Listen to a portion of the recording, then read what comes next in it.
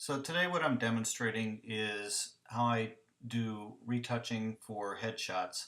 And what I'm doing here today is for a shoot where I did a lot of different headshots. So in a case like this, you can't be spending an hour at a time retouching one headshot. You have to have a way of getting a good looking headshot without spending a lot of time. So I have a basic method and a lot of steps that I do, which I'm going to show today. So the first thing I do, I've got my tones basically set up in Lightroom and I move over to Photoshop. And the first thing I'm going to do is take care of any blemishes that we might have. So I'll zoom in here a little bit and we're just going to go to our healing brush. And I'm doing this with a Wacom tablet. I can't tell you how much time this saves me by being able to do this. Obviously you're just going to click your source, start getting rid of some of the blemishes. And you don't have to be too particular here. You don't have to go for every tiny little spot. You just want to get the more obvious ones, because when we go later and do our skin softening, that's going to take care of a lot of the smaller blemishes that you might see. A lot of times when I'm going through here, you might see something like here where there's a mole. And you have to be careful with that, because some people that they see that as a beauty mark. That's something that that's part of their face and part of their persona, so you don't necessarily want to remove every single thing. We're not doing high fashion shoots here. These are headshots, so they have to represent the person pretty accurately. They're obviously something she's touched up with makeup. So we'll just take care of a couple more spots down here on the chin. And we should be pretty well all set. Just check down the neck. A lot of times we focus a lot on the face and kind of forget about the neck. We want to make sure there's not anything down there that we want to get rid of. Especially when you get to older women, you'll see a lot of these necklines down here that get pronounced, and you want to take those out as well, because that can really change the aging look on the face.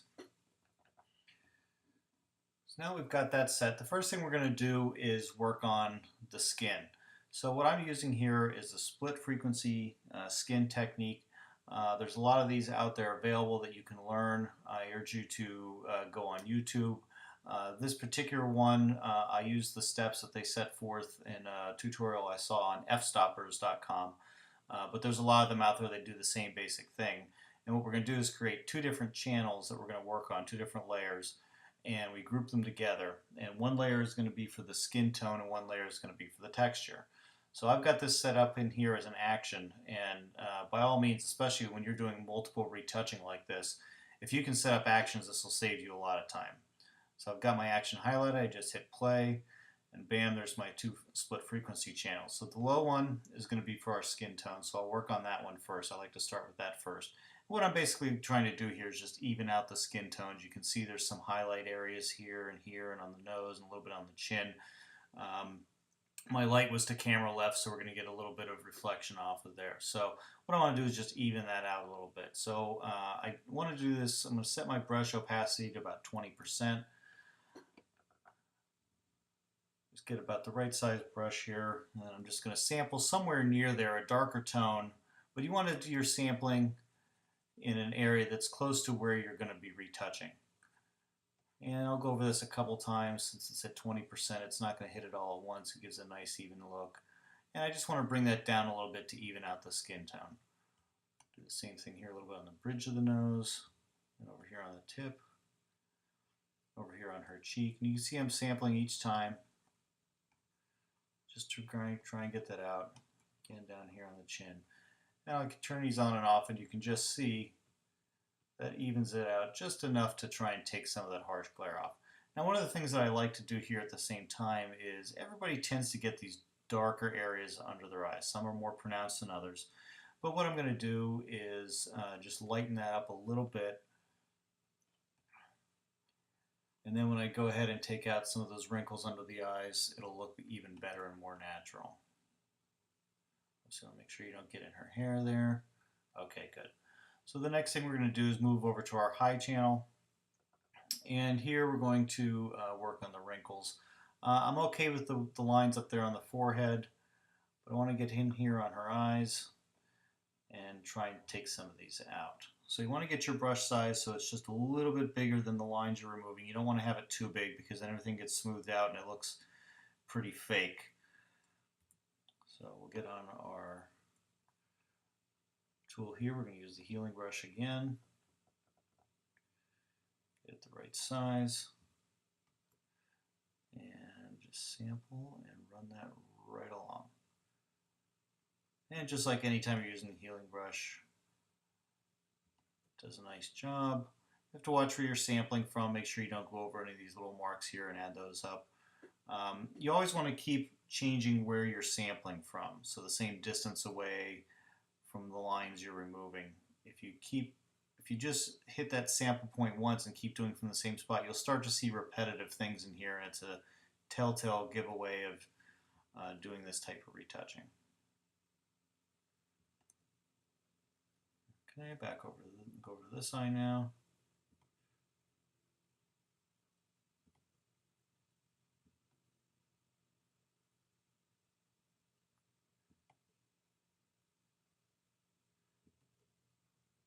It's important too to have an idea of what your photos are going to be used for. Obviously, if this was something where it was in a magazine or blown up a lot, I might take a little bit more time and get rid of a lot more of the blemishes and wrinkles and things like that. But since this is a headshot, it's going to be used in pretty much small print. It's going to be maybe 2 inches high at most. A lot of that will get lost, so you can ignore some of this stuff. Lines around here I'm not too concerned about. This is a nice little dimple in her cheek. You don't have to remove every line on her face. So let's just zoom back out a little bit so we can kind of see. And here you can go up here and kind of turn this on and off and just see the difference in what we've done here. So we've smoothed it out a lot. Now one of the things that you want to do is take advantage of the opacity slider here. This will help you make things look a little bit more natural. If you get a little heavy-handed with your retouching, just turn the opacity down a little bit. Just make it a little more natural. And this one I tend to find somewhere around the 80% range. Brings back just a touch of those lines so you can get a feel for the person, but still make them look their best. Okay, great. So I'm going to consolidate those layers into a merged layer. And the next thing down here on my list is I'm going to whiten the teeth. Her teeth are already pretty white, but I'm going to go through and just show you how that is real quickly. And this is a technique that I learned on a video from Calvin Hollywood. And this is the best technique I've found for whitening teeth. It really does wonders. And the key to it is realizing that the base color of the teeth, especially when they start to go bad, is yellow. And the stuff around it's pretty much pink, so you can just focus on those yellows. And what we're going to do is I'm going to select the teeth area. I don't have to be too exact on what I'm selecting. And then I'm going to go in and basically get rid of the yellow saturation in those teeth and brighten them up, and then just feather it down a little bit with the opacity. So I'm going to go into my quick select and select my brush. Now I want to make sure I'm back up to 100% on the brush opacity. Get a good size. And a couple passes there. Turn off the quick select. There's my selection. I have my action here. Just run that, and that changes it right there. I've already brought the opacity down to 45%, and you can just see turning it on and off. It's pretty subtle because her teeth were pretty good, but you can just see they're a little yellow there. Turn it on, and the white's going on. If I zoom in just to show that a little bit better, there's the original, and you can see kind of up in here, up around the tops of her teeth, it's a little bit yellow, but with this adjustment, it whitens it all out and just gives her a nicer smile. So that being done, the next step we're going to do is brighten her eyes. One of the things that you really focus on when you look at a portrait of people are the eyes. If the eyes really pop, it kind of draws you in. So you want to have a way of really getting the viewer to see those eyes. And her eyes are pretty nice and bright, but we're just going to brighten them up a little bit. And the way we're going to do that, get another merge layer. We're just going to run this here, and what it's going to do is with this layer, it's going to create another layer that's basically a lighten or a screen layer. And with that layer, it's going to lighten up the whole thing, but we're just going to mask it out, and then we're just going to paint in for her eyes. So we'll run that, and you can see we've got a screen layer here, and it's all blacked out. If I were to not have that mask there, you can see it just brightens the whole thing, but we're just going to focus on the eyes. We've got our eyes, so we're going to paint on the mask, and we want to have white, and we've zoomed in there, and we want to get this brush size so we want to be able to get in the corners here, and I'm just going to paint around the edges get the edges done, and then we'll fill in the rest. And again, with the Wacom tablet, this makes it so much easier. Trying to do this with a mouse is almost impossible.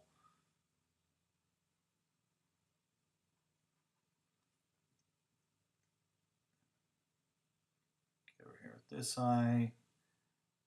And luckily her hair is not falling over her eye. That makes it a little bit more difficult. Now obviously that looks a little weird because now the whole eye is brightened up. So what we're going to do is just hit X to switch our colors, our foreground and background, and we're going to paint back in the center of her eye. And then you also want to remember this little outer ring, because that really helps bring out the color and it helps define the eye.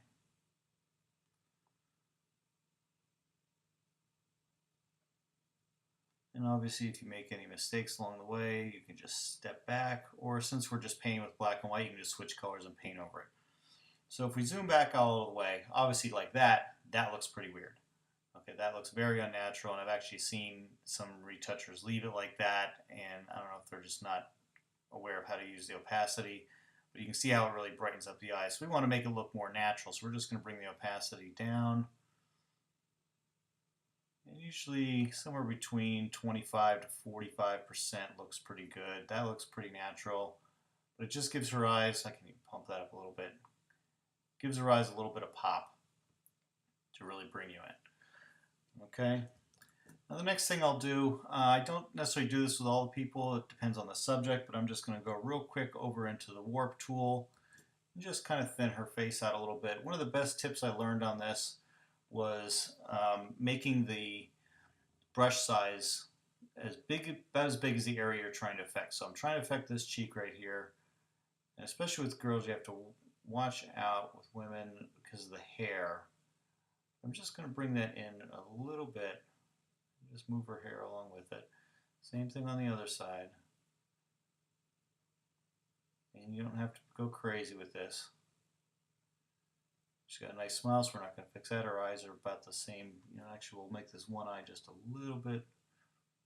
Open that up just a little bit to even it out. Most eyes on people are not the same size, so you may need to make that look a little bit better, expanding one or squinching the other one. So that looks pretty good.